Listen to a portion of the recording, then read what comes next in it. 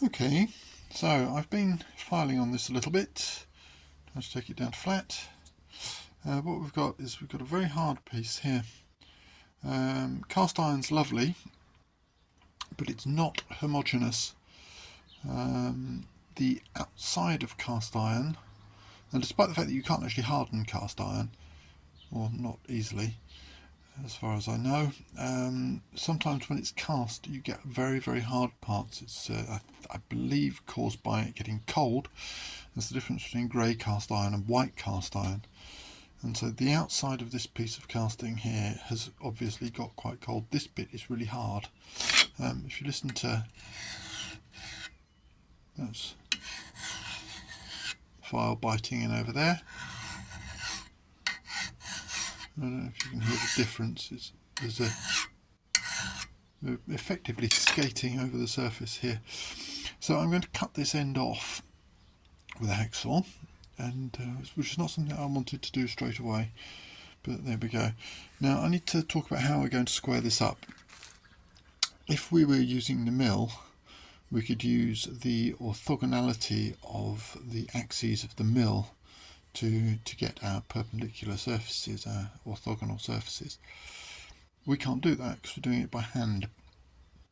So what I need to do is I need to make this surface flat, as flat as I can get it. We're going to work on flatness on one surface. Once we've got that surface flat, we will then make another surface perpendicular to it. So perpendicular here. We'll make that flat and square.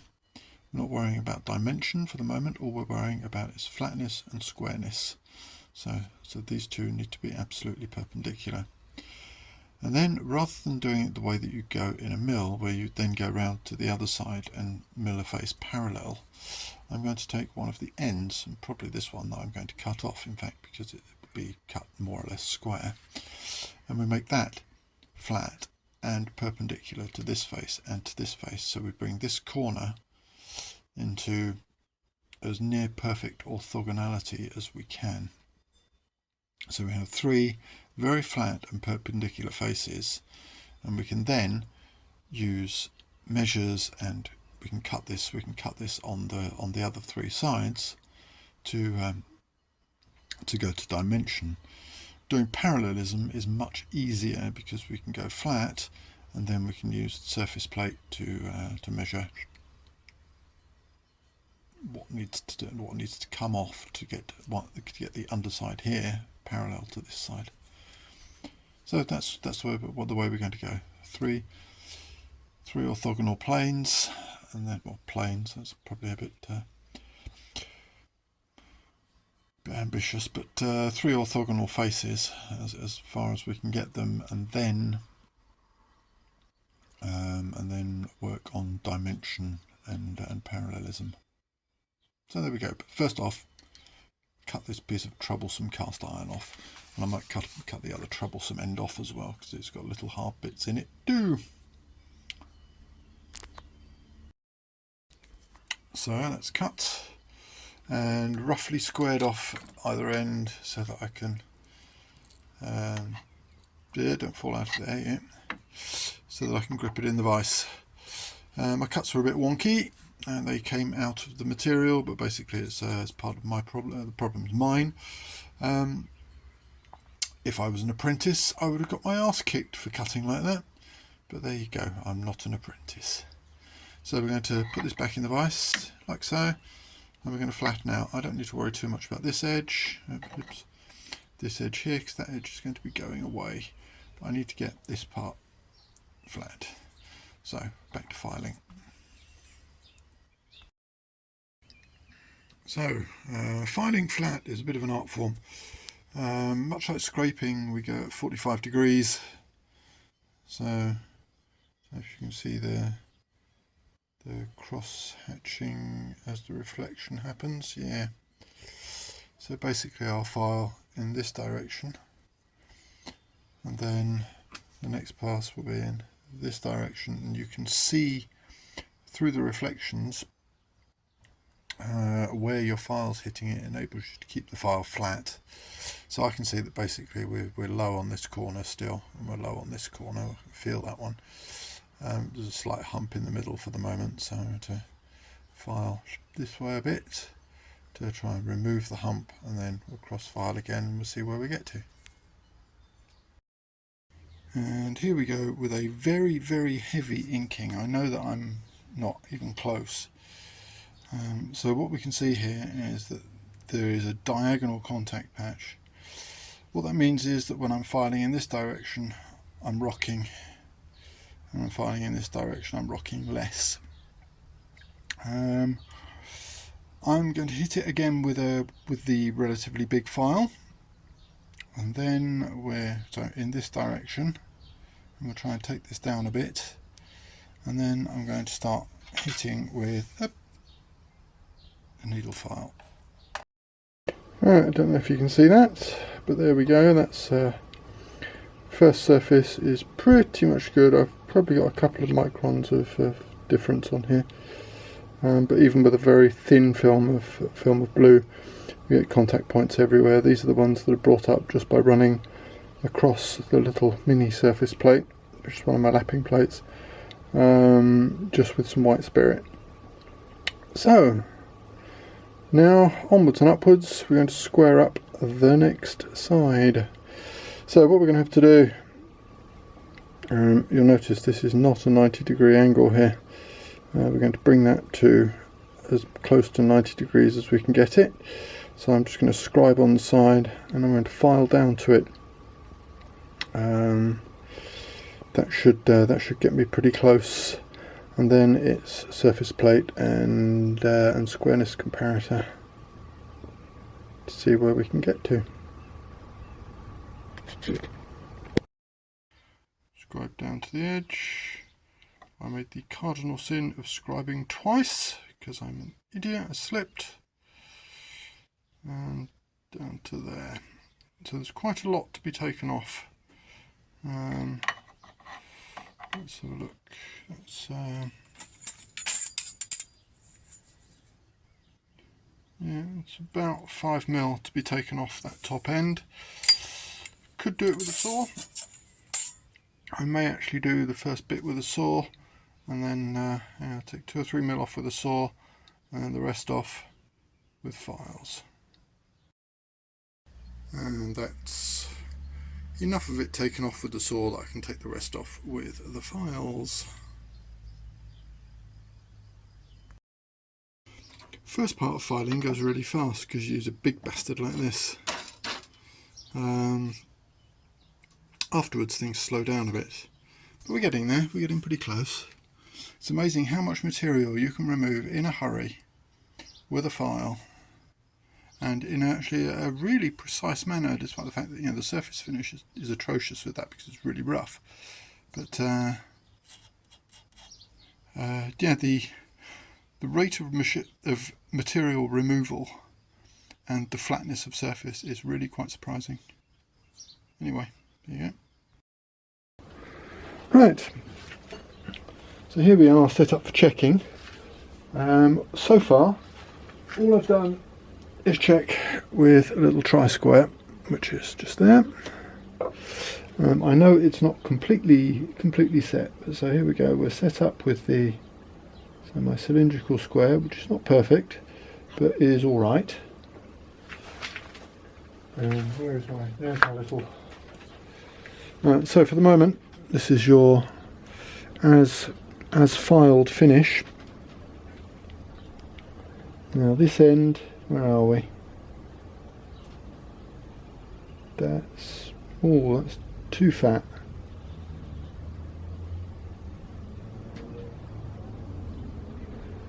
Is it long? Oh, hang on, no, it slipped. That's why.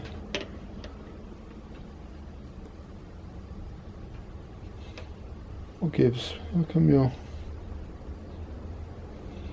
so far out? Was I out with my square?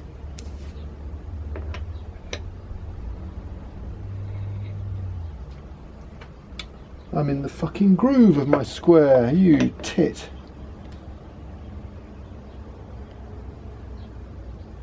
Well, yeah, that makes sense, doesn't it?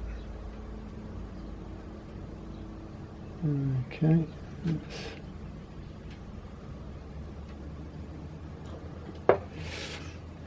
Right, okay, we need some height adjustment. I'm going to scrap this and we'll start again. Come on, focus, there we go. Right, so here we are. Am I in the way of the light? I probably am.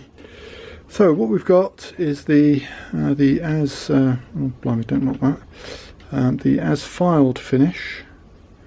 I haven't measured this really yet. This is my surface gauge, which is a bit of a pain in the arse to set up for square measuring, but we'll see where we get to. And this is my slightly hokey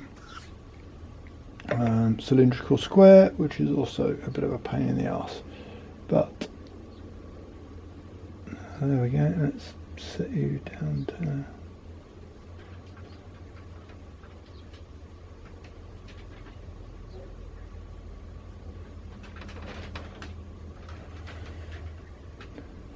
There we go, so that's zeroed. I'll double check with the tri-square. Not that I trust my tri-square to be completely square, but this is the only checking that we've done so far is with the square, so I'm probably going to hit the bit that's chipped as well. That's always good, isn't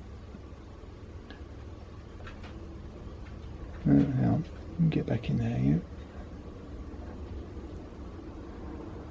Oh, the square's touching the fucking comparison. How about that for a laugh, eh? Let's get back to, yeah, we are still at 0. Okay, I'm not going to bother with the square. Right, let's see where we are with this. We're too fucking high, aren't we? You knob end.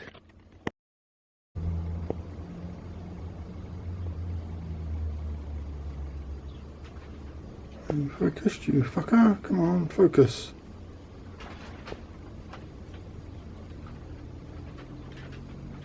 No, you're not focused, are you? Let's see my standing. Come on. Right. Blah blah blah. So finally, we are set up with the little lapping plate, which is basically a mirror of my surface plate. My surface gauge, height gauge thing, which is an absolute fucking pain in the hole to set up for measuring square, but seems to be done now. And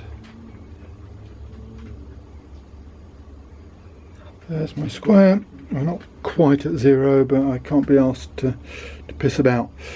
Now my piece of work here is in its as filed condition, initial filing. I've only ever checked it with the with my machinist square. So let's see how it looks. So this end. Okay, well that's not quite there. This end. That's quite a long way off. That's closer.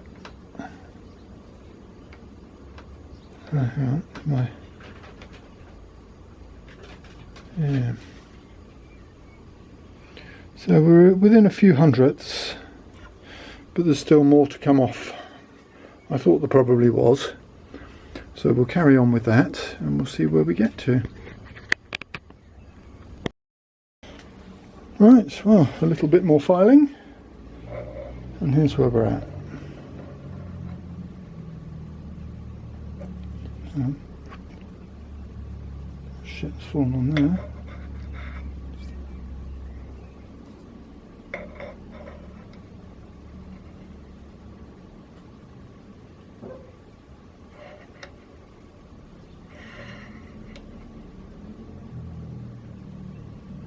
Actually needs some taking off.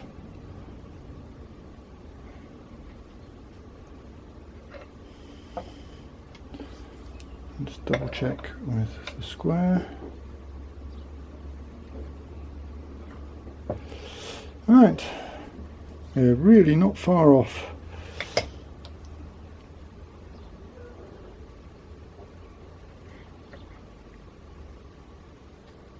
I think now all we need to do is bring this to flat and we should be good.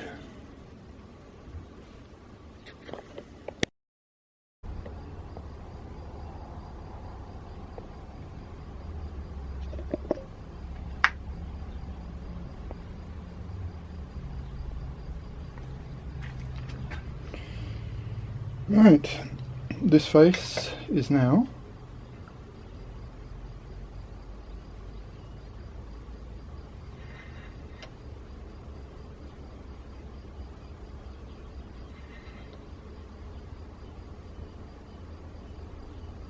square and also flat. So the next step is going to be to take which one's nearest to square? This one. It's going to be to take this face perpendicular to here and perpendicular to here. That's going to be a little bit more tricky, but again, it's all doable. Once we've done that, we have this corner being orthogonal. And wibble wobble. Orthogonality is what we want. We're actually pretty close on being square in one direction already. Let's have a quick shufty, shall we? How far off are we? It's a bit too fat, but not by much. Oops, off the side of the... See, that bit's all right. What about in this in this way? In this way though. Yeah. Yeah, we're a long way off there. So what needs to happen is a whole load of material needs to come off of this side, but keeping it level with where it is at the moment, because that's already pretty much square. Cool. I'll get on with that probably tomorrow, maybe.